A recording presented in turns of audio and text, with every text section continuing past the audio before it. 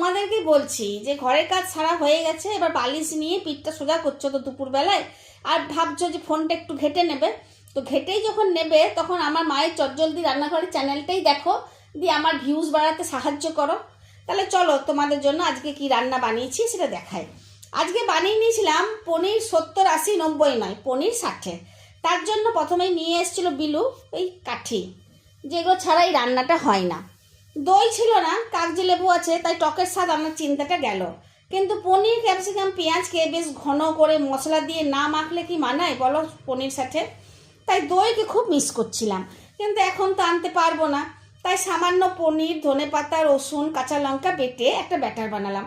তার সাথে মিশিয়ে নিলাম তন্দুরি মশলা, পরিমাণ মতো নুন, কাগজি লেবুর রস দিয়ে পেঁয়াজ, ক্যাপসিকাম, পনিরের টুকরোগুলো মেখে 30 মিনিট রেখে দিয়েছিলাম।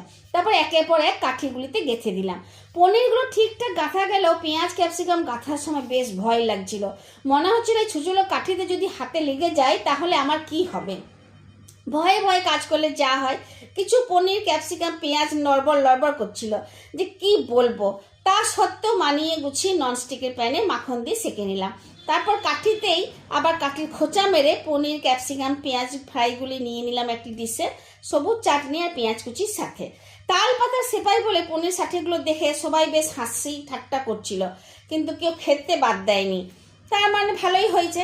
তাই শেষে সবাইকে বললাম, টেরা হ্যাঁ পর মেরা হ্যাঁ। ভালো লাগলে লাইক, শেয়ার, কমেন্ট, সাবস্ক্রাইব সব ভগবানের আশীর্বাদের মতন দিও। ধন্যবাদ।